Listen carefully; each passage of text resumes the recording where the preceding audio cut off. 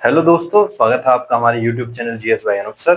मैं अनूप कुमार आपके लिए फिर से एक नई वीडियो लेकर आया हूं और आज हम इस वीडियो के माध्यम से आपको इतिहास बिल्कुल शून्य से शुरू करने वाले हैं और आने वाली वीडियो में हम इतिहास को क्रमिक रूप से पढ़ेंगे।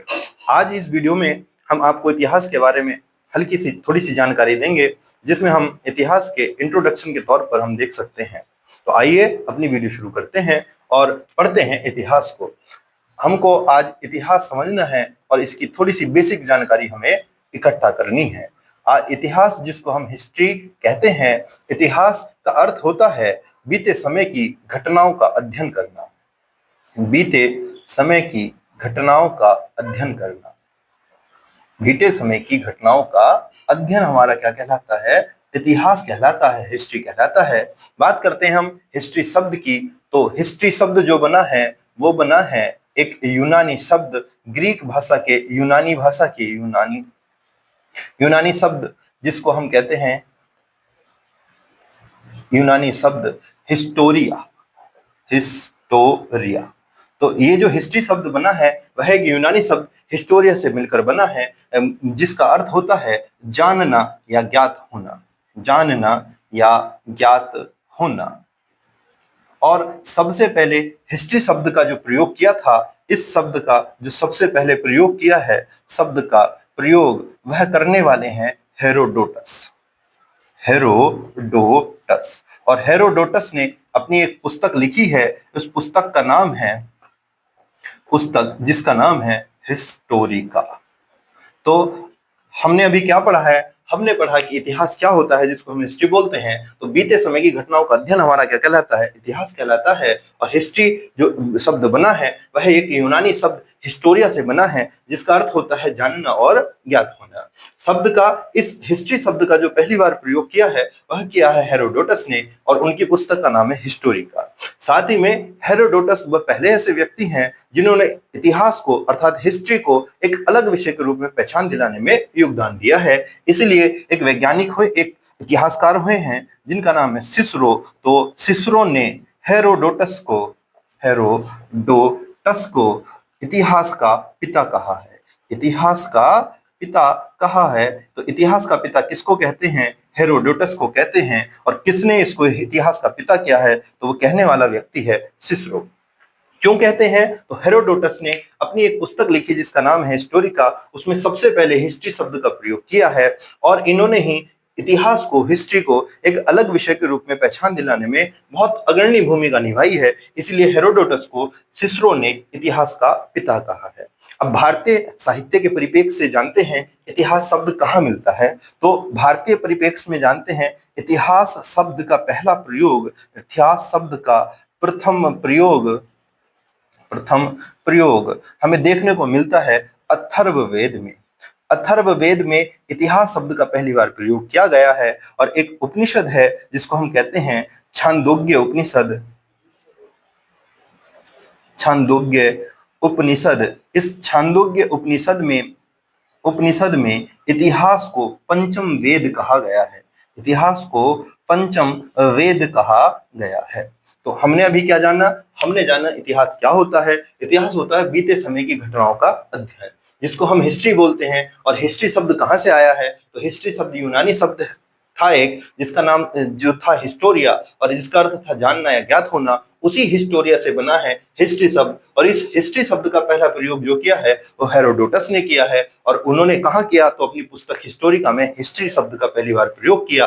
इसीलिए सिसरो ने उनको, हेरोडोटस को, इतिहास का पिता कहा गया। तो इतिहास का फादर ऑफ हिस्ट्री किसको कहते हैं? हेरोडोटस को। और क्यों कहते हैं? क्योंकि उन्होंने हिस्ट्री शब्द का पहली बार प्रयोग भी किया और साथ में हिस्ट्री एक विषय के रूप में, अलग विषय के रूप में उन्होंने बहुत अग्रणी भूमिका निभाई। इतिहास शब्द का भारतीय परिप्रेक्ष्य में, ये भारतीय साहित्य में देखते हैं। भारतीय साहित्यों में इसका कहाँ प्रयोग है? तो भारतीय साहित्यों में हमको एक साहित्य है अथर्ववेद। अथर्ववेद में इतिहास शब्द का पहली बार प्रयोग किया गया। और एक उपनिषद है जिसको कहते हैं छांदोग्य उपनिषद। उस छांदोग्य उपनिषद में इतिहास को पंचम वेद की संज्ञा दी है। वैसे पंचम वेद, ध्यान रखना, नोट करना कि पंचम वेद महाभारत को कहते हैं। किसको कहते हैं? महाभारत को पंचम वेद भी कहते हैं। पर छांदोग्य उपनिषद की बात करें तो छांदोग्य उपनिषद में पंचम वेद किसको कहा गया है? इतिहास को कहा गया है। ठीक है, तो आपने इतिहास के बारे में इतना जाना। आगे हम पढ़ते हैं इतिहास में समय किस प्रकार से निर्धारित किया जाता है, क्योंकि इतिहास में सबसे ज्यादा इंपॉर्टेंट होता है समय निर्धारण, और किस प्रकार से समय चलता है इतिहास के अंतर्गत वो हम आपको समझाने की कोशिश करते हैं। तो आइए अब हम पढ़ते हैं एडी और बीसी को। आइए अब हम पढ़ते हैं एडी और बीसी अर्थात इतिहास में समय किस प्रकार से निर्धारित किया जाता है। तो इसमें 2-3 टर्म आपको देखने को मिलती है, और 2-3 टर्म देखने को मिलेंगी। एक देखने को मिलती है एडी, जिसको कहते हैं एनो डोमिनी, एनो एनो डोमिनी। एक होता है जिसको कहते हैं बीसी, इसको कहते हैं बिफोर क्राइस्ट। तो एक होता है एडी जिसको कहते हैं एनो डोमिनी, और एक होता है बीसी जिसको कहते हैं बिफोर क्राइस्ट। एडी क्या होता है? तो एडी होता है ईसा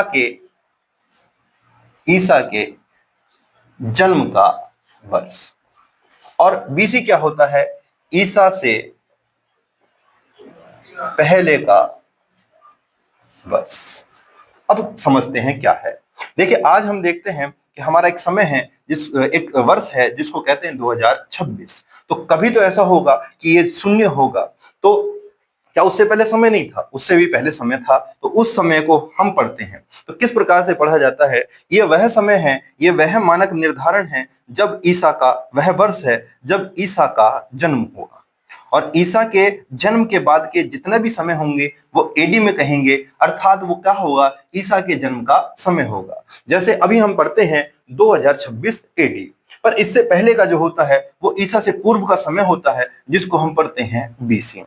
अब समझना क्या है? समझना ये है कि एडी में समय बढ़ता है, यहाँ पर समय बढ़ता है, समय तो नहीं, वर्ष बढ़ता है। यहाँ क्या कहेंगे हम? वर्ष बढ़ते हैं, वर्ष बढ़ते हैं, और यहाँ पर वर्ष घटते हैं। बीसी में वर्ष घटते हैं। अब ये कैसे घटते हैं उसको समझ आते हैं। तो मैथ की एक थ्योरम है, जब हम 0 से प्लस की ओर चलते हैं तो समय बढ़ता है, यानी कि जुड़ते हैं, और जब हम 0 से माइनस की ओर चलते हैं तो वो माइनस होता है। जैसे मैं आपको बात करते हैं, एक व्यक्ति है ए, इसका जन्म हुआ है 700 बीसी।